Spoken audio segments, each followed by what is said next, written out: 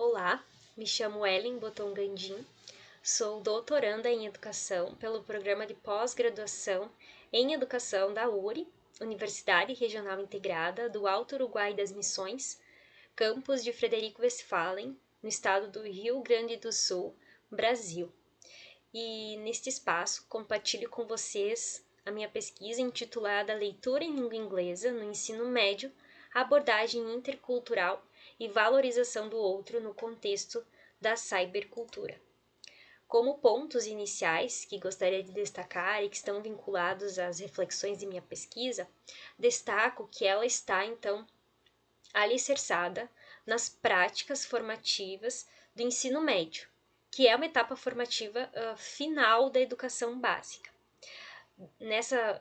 linha, então, de pensamento, nós damos ênfase ao processo de leitura em língua inglesa, nesse contexto formativo, a partir de uma perspectiva intercultural,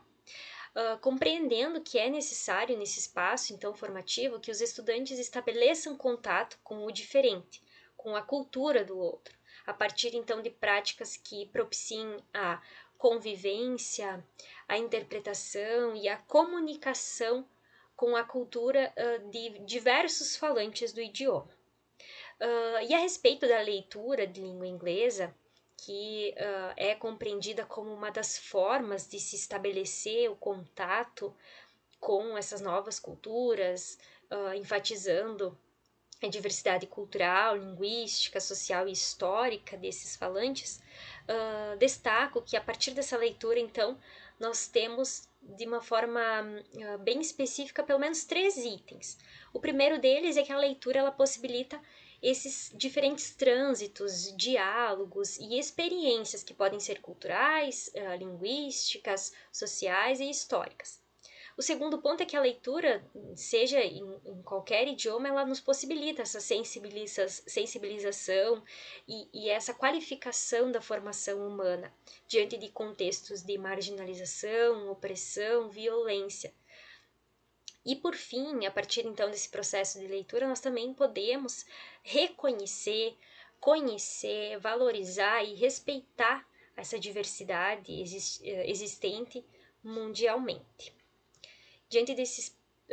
pontos iniciais, destaco que o objetivo principal desse trabalho é discutir a perspectiva intercultural no processo de ensino e aprendizagem de língua inglesa no ensino médio, a fim de apontar potencialidades dessa linha de ensino, dessa perspectiva intercultural, associando-a ao contexto da cybercultura, que pressupõe a exploração de tecnologias digitais e que também qualificam esse processo de formação leitora no ensino médio.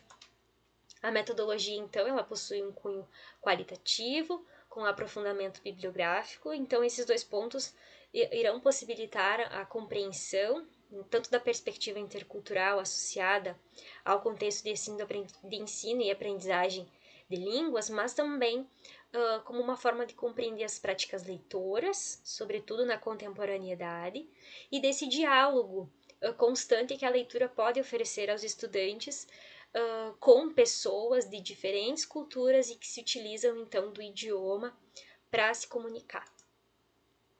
Todas essas discussões estão organizadas em 2 grandes tópicos. O primeiro deles, que vai abarcar justamente as reflexões vinculadas ao processo de leitura em língua inglesa na contemporaneidade, e a segunda sessão, que vai então apresentar algumas particularidades, algumas definições da perspectiva intercultural e também as possibilidades desta atreladas ao ensino e leitura em língua inglesa no ensino médio. A respeito do primeiro tópico, então, eu trago aqui alguns itens que estão presentes em todas as discussões no trabalho completo, mas que também são importantes de serem apresentadas para que todos compreendam em qual viés de discussão essa pesquisa está vinculada. O primeiro ponto é que as tecnologias digitais elas oferecem inúmeras possibilidades de acesso a informações, a culturas, a aspectos linguísticos que nos são diferentes. E essa leitura né, compreendendo então a língua inglesa que possui maior enfoque nessa pesquisa, ela pode se dar a partir de diversos suportes que vão permitir interações diferentes com o texto. Então é nesse viés que penso então a importância de se propiciar a leitura em língua inglesa, considerando os novos recursos e ferramentas que estão disponíveis na contemporaneidade. Já a respeito da língua inglesa e em seu ensino, destaco então que o estudo dessa língua inglesa ela possibilita justamente um maior acesso a conteúdos e a situações de interação, e ela também, de forma específica no Brasil, ela é uma disciplina obrigatória de ensino na educação básica,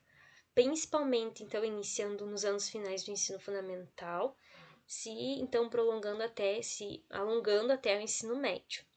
E esse acesso, esse estudo da língua inglesa, ela é uma forma também de democratizar a participação desses estudantes a atividades comunicativas, de criação, de acesso ao conhecimento e também de reconhecimento da cultura do outro. Trago aqui então, como uma forma de aprofundar e de promover essa reflexão a respeito desses tópicos, uma citação de Leffa e Irala, de 2014, que destacam que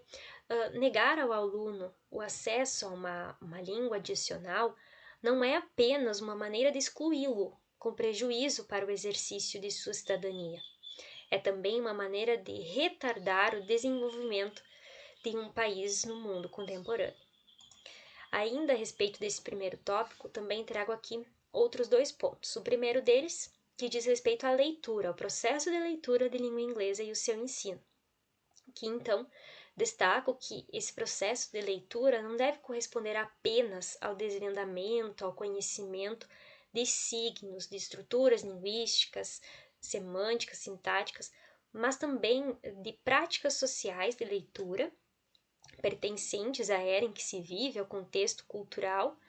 e também de aprofundamento da interpretação para além do que está exposto, para além do que se lê. E a leitura em qualquer idioma ela é uma forma de nos sensibilizar diante de realidades de opressão, de registro de narrativas representativas, de resistência e de perpetuação de costumes, vivências, reflexões e modos de pensar de diferentes culturas. E o segundo tópico, e também que eu gostaria de destacar aqui, é algumas reflexões que estão vinculadas à cultura escolar. Aqui é importante destacar que esses aspectos não devem ser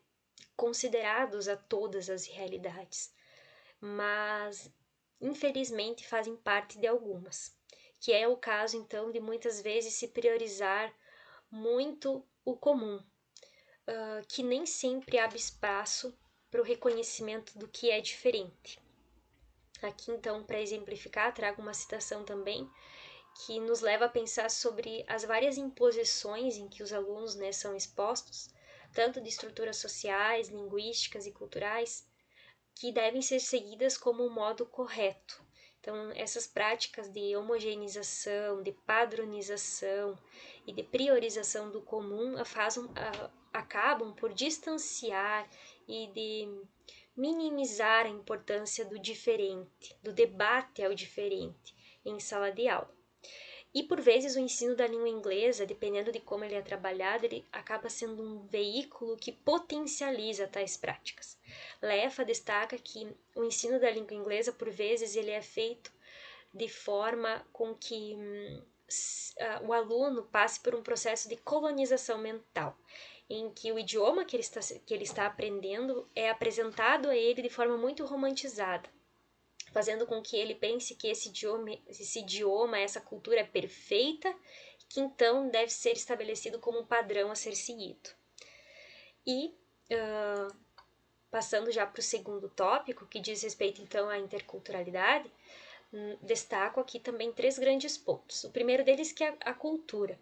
A cultura nos permite olhar para a realidade do outro e ao mesmo tempo compreender melhor a nossa cultura.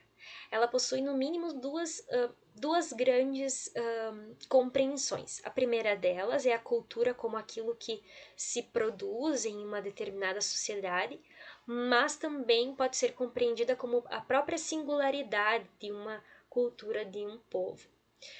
A língua e a linguagem, por sua vez, estão de forma muito específica, muito particular, associada à cultura. E a cultura, atualmente, ela nos possibilita olhar para as diversas relações existentes entre culturas diferentes, e que também reafirma a complexidade desses processos. A interculturalidade é uma possibilidade, é uma das formas de relação, de se estabelecer relação entre as culturas.